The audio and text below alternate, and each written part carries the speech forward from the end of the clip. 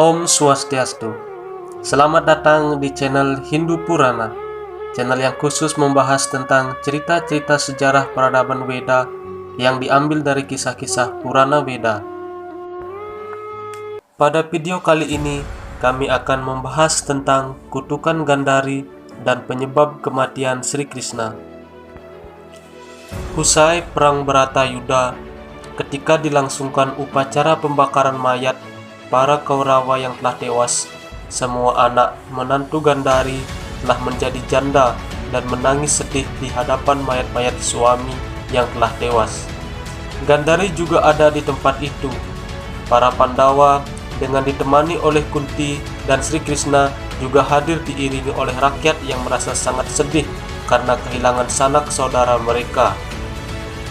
Sri Krishna menghibur Gandhari dan berkata, "Mengapa ibunda menangis? Inilah dunia ibu pun pada suatu ketika akan meninggalkan dunia ini. Lalu mengapa menangis?" Kemudian Gandhari menjawab, "Kalau saja Anda tidak merencanakan hal ini, maka semua anak-anakku akan hidup." Sri Krishna kemudian menjawab, "Perang untuk menegakkan dharma tidak dapat dicegah. Apa yang dapat kuperbuat? Aku hanya suatu alat." Kemudian Ibu Gandhari berkata kepada Sri Krishna dengan sangat marah, "Engkau ini adalah Taraka Brahma. Apabila engkau menghendaki, engkau bisa mengubah pikiran mereka tanpa perlu melakukan pertempuran. Biarlah seluruh dunia melihat dan menarik pelajaran." Kemudian Ibu Gandhari mengucapkan sumpah kepada Sri Krishna, "Seperti halnya anggota keluargaku mengalami kehancuran di hadapan mataku sendiri, demikianlah hendaknya anggota keluarga engkau mengalami kehancuran di hadapan mata engkau sendiri." Setelah mendengar kutukan dari Gandhari, Sri Krishna hanya tersenyum dan menjawab, "Semoga demikian." Sri Krishna menerima sumpah itu. Ia ingin menunjukkan bahwa kekuatan moral mempunyai nilai dalam kehidupan dan kekuatan itu harus diakui adanya. Tidak lama setelah kejadian itu, Resi Narada beserta beberapa resi berkunjung ke Dwaraka. Beberapa pemuda yang jahil merencanakan sesuatu untuk mempermainkan para resi. Mereka mendandani Samba, putra Krishna dan Jambawati dengan busana wanita dan diarak keliling kota, lalu dihadapkan kepada para resi yang mengunjungi Dwaraka. Kemudian salah satu dari mereka berkata, "Orang ini adalah permaisuri Sang Pabru yang terkenal dengan kesaktiannya. Kalian adalah para resi yang pintar dan memiliki pengetahuan tinggi. Dapatkah kalian mengetahui apa yang akan dilahirkannya, bayi laki-laki atau perempuan?" Para resi yang tahu sedang dipermainkan menjadi marah dan berkata, "Orang ini adalah Sang Samba, keturunan Vasudewa. Ia tidak akan melahirkan bayi laki-laki ataupun perempuan, melainkan senjata Mosala yang akan memusnahkan kamu semua." Kutukan tersebut menjadi kenyataan. Sang Samba melahirkan gada besi dari dalam perutnya. Atas perintah Raja Ugrasena, senjata itu kemudian dihancurkan sampai menjadi serbuk. Beberapa bagian dari senjata tersebut sulit dihancurkan, sehingga menyisakan sepotong besi kecil. Setelah senjata tersebut dihancurkan, serbuk dan serpihannya dibuang ke laut. Lalu Sang Baladewa dan Sang Krishna melarang orang minum arak.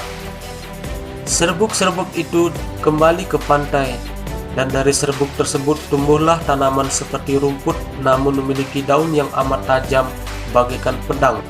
Potongan kecil yang sukar dihancurkan akhirnya ditelan oleh seekor ikan. Ikan tersebut ditangkap oleh nelayan lalu dijual kepada seorang pemburu. Pemburu yang membeli ikan itu menemukan potongan besi kecil dari dalam perut ikan yang dimilikinya. Potongan besar itu lalu ditempa menjadi anak panah. Setelah senjata yang dilahirkan oleh Sang Samba dihancurkan, datanglah Betara Kala, Dewa Maut, dan ini adalah pertanda buruk.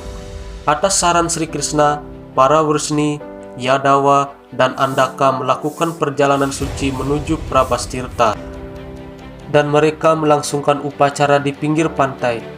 Di pantai, para Wrisni, Andaka, dan Yadawa tidak bisa menghilangkan kebiasaan buruk mereka, yaitu minum arak sampai mabuk. Dalam keadaan mabuk, Satyaki berkata, Kertawarma, ksatria macam apa kau ini? Dalam Bharatayuddha dahulu, engkau telah membunuh para putra Draupadi, termasuk Drestayumna dan Srikandi dalam keadaan tidur. Perbuatan macam apa yang kau lakukan? Upacara tersebut disambut oleh tepuk tangan dari Pradyumna, yang artinya bahwa ia mendukung pendapat Satyaki. Kertawarma marah dan berkata, "Kau juga kejam, membunuh Burisrawa yang tak bersenjata, yang sedang meninggalkan medan laga untuk memulihkan tenaga." Setelah saling melontarkan ejekan, mereka bertengkar ramai. Satyaki mengambil pedang lalu memenggal kepala Kertawarma di hadapan Sri Krishna. Melihat hal itu, para Wresni marah lalu menyerang Satyaki. Putra Rukmini menjadi garang, kemudian membantu Satyaki. Setelah beberapa lama, kedua ksatria perkasa tersebut tewas di hadapan Sri Krishna. Kemudian, setiap orang berkelahi satu sama lain dengan menggunakan apapun sebagai senjata, termasuk tanaman eruka yang tumbuh di sekitar tempat tersebut. Ketika dicabut, daun tanaman tersebut berubah menjadi senjata setajam pedang. Dengan memakai senjata tersebut, para keturunan Wresni, Andaka, dan Yadu saling membunuh sesama. Tidak peduli kawan maupun lawan, bahkan ayah dan anak saling bunuh. Anehnya, tak seorang pun yang berniat untuk meninggalkan tempat itu. Dengan mata kepalanya sendiri, Sri Krishna memperhatikan dan menyaksikan rakyatnya digerakkan oleh takdir kehancuran mereka. Dengan menahan kepedihan, ia mencabut segenggam rumput eraka dan mengubahnya menjadi senjata yang dapat meledak kapan saja. Setelah putra dan kerabat-kerabatnya tewas, ia melemparkan senjata di tangannya ke arah para Wresni dan Yadawa yang sedang berkelahi.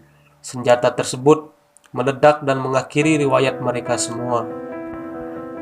Akhirnya, para keturunan Wresni, Andaka, dan Yadu tewas semua di Prabhastirtha dan disaksikan oleh Sri Krishna. Hanya para wanita dan beberapa ksatria yang masih hidup, seperti misalnya Babru dan Bajra. Sri Krishna mampu menyingkirkan kutukan Brahmana yang mengakibatkan bangsanya hancur, namun ia tidak mau mengubah kutukan Gandhari. Ia mengetahui bahwa tidak ada yang mampu mengalahkan bangsa Wresni, Yadawa, dan Andaka kecuali diri mereka sendiri. Setelah menyaksikan kehancuran bangsa Yadu, kemudian Sri Balaram pergi ke hutan, sedangkan Sri Krishna mengirim utusannya ke kota para Kuru untuk menempatkan wanita dan kota Dwaraka di bawah perlindungan Pandawa. Babru disuruh untuk melindungi para wanita yang masih hidup, sedangkan Daruka disuruh untuk memberitahu para keturunan Kuru bangsa Wresni, Andaka, dan Yadawa telah hancur ke hadapan Raja Yudhishthira di Hastinapura. Sri Krishna kemudian pergi ke hutan tempat di mana Sri Balaram menunggunya. Sri Krishna menemukan kakaknya duduk di bawah pohon besar di tepi hutan. Dia duduk seperti seorang yogi. Kemudian ia melihat seekor ular besar keluar dari mulut kakaknya, yaitu naga berkepala 1000 bernama Ananta, dan melayang menuju lautan, yang dimana naga dan para dewa datang berkumpul untuk bertemu dengannya. Setelah menyaksikan kepergian kakaknya, Sri Krishna kemudian duduk di sebuah batu di bawah pohon di Prabhasatirtha. Mengenang segala peristiwa, ia tahu bahwa sudah saatnya ia kembali. Kemudian ia mulai menutup panca indrianya, melakukan yoga dengan sikap lalita mudra, bagi di bawah kakinya berwarna kemerah-merahan. Saat itu, ada seorang pemburu yang bernama Jara. Setelah seharian tidak mendapat buruan, melihat sesuatu berwarna kemerah-merahan, ia berpikir telah menemukan buruannya. Ia memanahnya dengan panah yang berasal dari sepotong besi yang berasal dari senjata Mosala yang telah dihancurkan, kemudian panah itu diberi racun. Ia kemudian memanah dan panah itu tepat mengenai benda kemerah-merahan itu. Jara sang pemburu segera berlari ke tempat itu untuk menangkap mangsanya, dan dilihatnya Sri Krishna yang berjubah kuning sedang melakukan yoga, namun dengan tubuh kebiru-biruan akibat menyebarnya racun panah itu. Jara kemudian meminta maaf atas kesalahannya itu, dan Sri Krishna tersenyum. Sri Krishna kemudian berkata, "Kesalahan-kesalahan sedemikian ini jamak dilakukan manusia. Seandainya aku adalah engkau, tentu aku pun melakukan kesalahan itu. Kamu tidak dengan sengaja melakukannya. Jangan dipikir kamu tidak tahu sebelumnya aku berada di tempat ini. Kamu tidak dapat dihukum secara hukum maupun moral. Aku mengampunimu, aku sudah menyelesaikan hidupku. Setelah berbicara seperti itu kepada sang pemburu, kemudian dengan kekuatan yoga mayanya, Sri pulang kembali ke kerajaannya. Jadi demikianlah video kita kali ini. Semoga bermanfaat.